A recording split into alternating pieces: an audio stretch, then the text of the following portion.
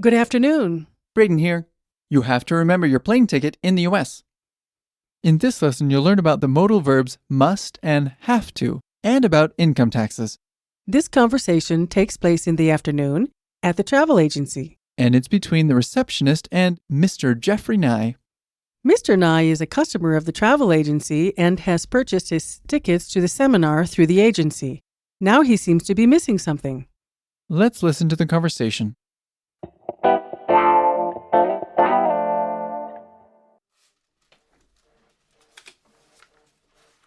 What can I help you with, Mr. Nye?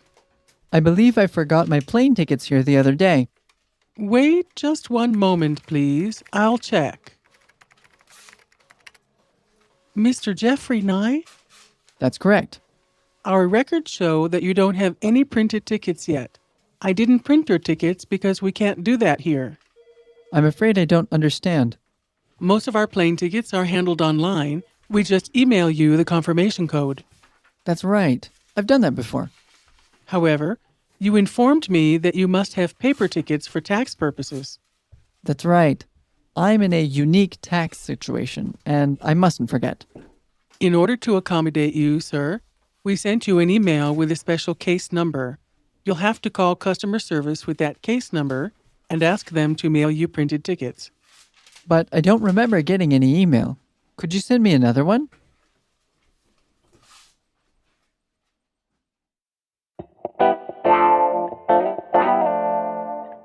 So in this lesson, we wanted to talk a bit about income taxes. Since everyone's different, so is every situation. This also applies to income taxes. In the dialogue, it was mentioned that Mr. Jeffrey Nye had a unique tax situation that required him to have paper-based plane tickets. This is extremely rare as the IRS, or Internal Revenue Service, accepts electronic documentation in most situations. Income tax is a government tax levied on the income of individuals and businesses. Every country has a different income tax system, and even within the United States, there are variations from state to state. In general, individuals are taxed on their gross, or total income, while businesses are taxed on their net income, the difference between gross revenue minus expenses. Well, let's take a look at the vocabulary for this lesson. The first word we'll look at is Ticket. a piece of paper that serves as a permit. Ticket. Ticket. Our second word is Plane. an airplane. Plane. Plane.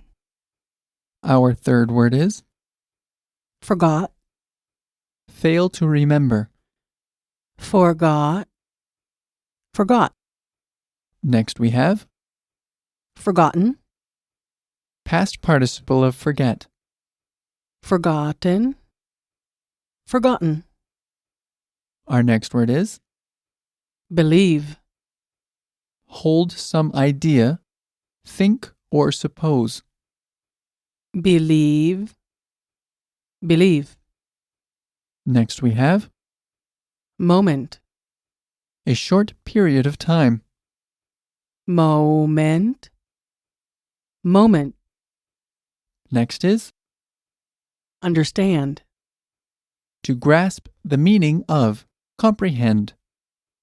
Understand. Understand. Next is Confirmation. the action of confirming something or the state of being confirmed. Confirmation. Confirmation. Next is Print.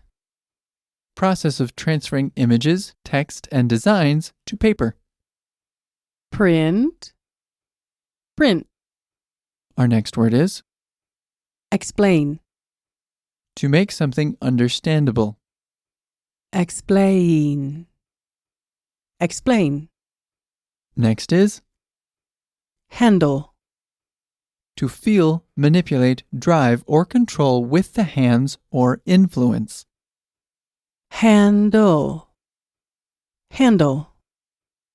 Next is Online. on the internet. online, online. Our next word is Informed, having knowledge of a particular subject. informed, informed. Next is Must, be obliged to, should. must, must. Our next word is Tax, compulsory contribution to state revenue. tax, tax. Next we have Purpose, reason. purpose, purpose. Next is Spam, unsolicited messages sent via the internet to many recipients at a time. spam, spam.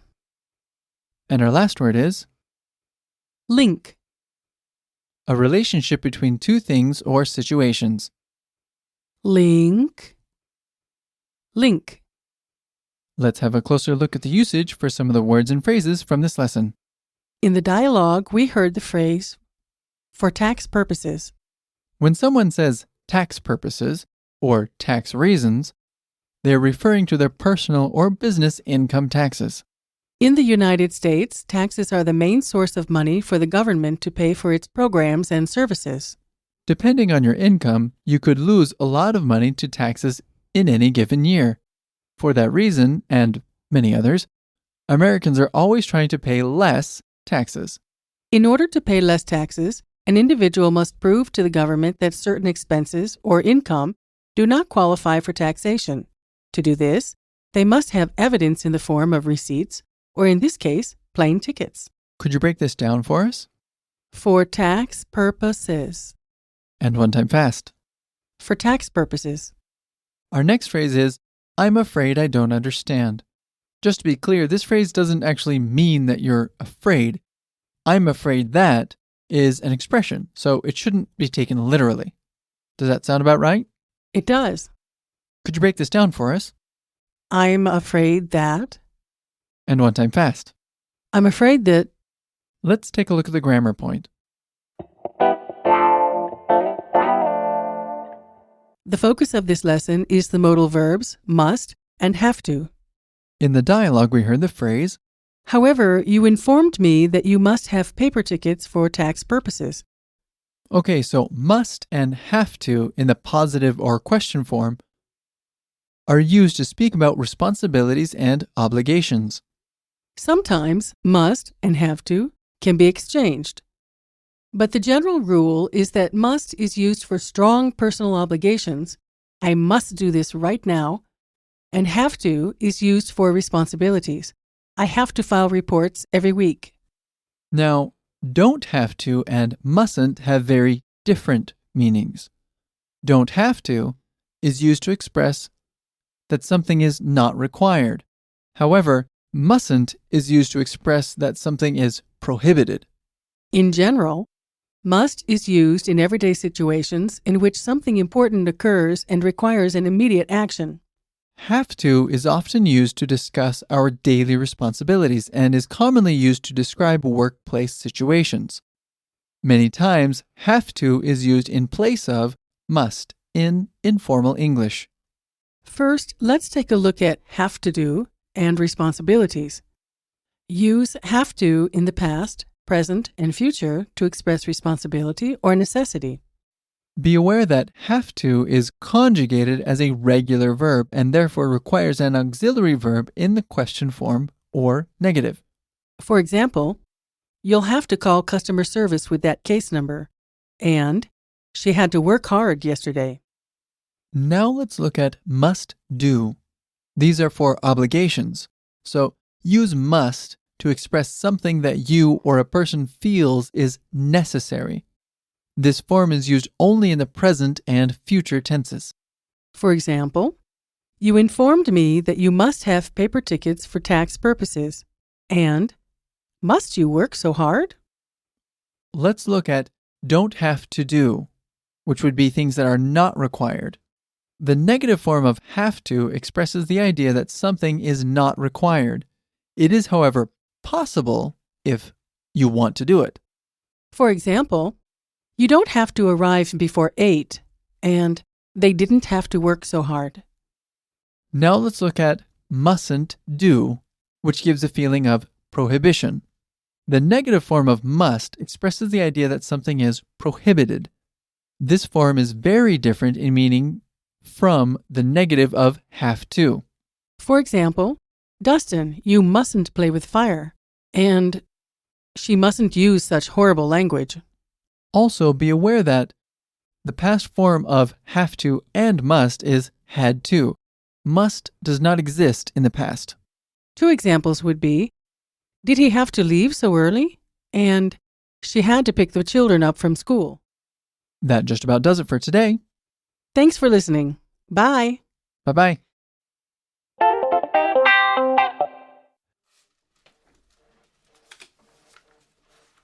What can I help you with, Mr. Nye?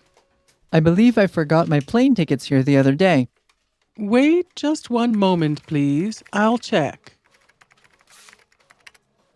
Mr. Jeffrey Nye? That's correct. Our records show that you don't have any printed tickets yet. I didn't print your tickets because we can't do that here. I'm afraid I don't understand. Most of our plane tickets are handled online. We just email you the confirmation code. That's right. I've done that before. However, you informed me that you must have paper tickets for tax purposes. That's right. I'm in a unique tax situation, and I mustn't forget. In order to accommodate you, sir, we sent you an email with a special case number. You'll have to call customer service with that case number and ask them to mail you printed tickets. But I don't remember getting any email. Could you send me another one?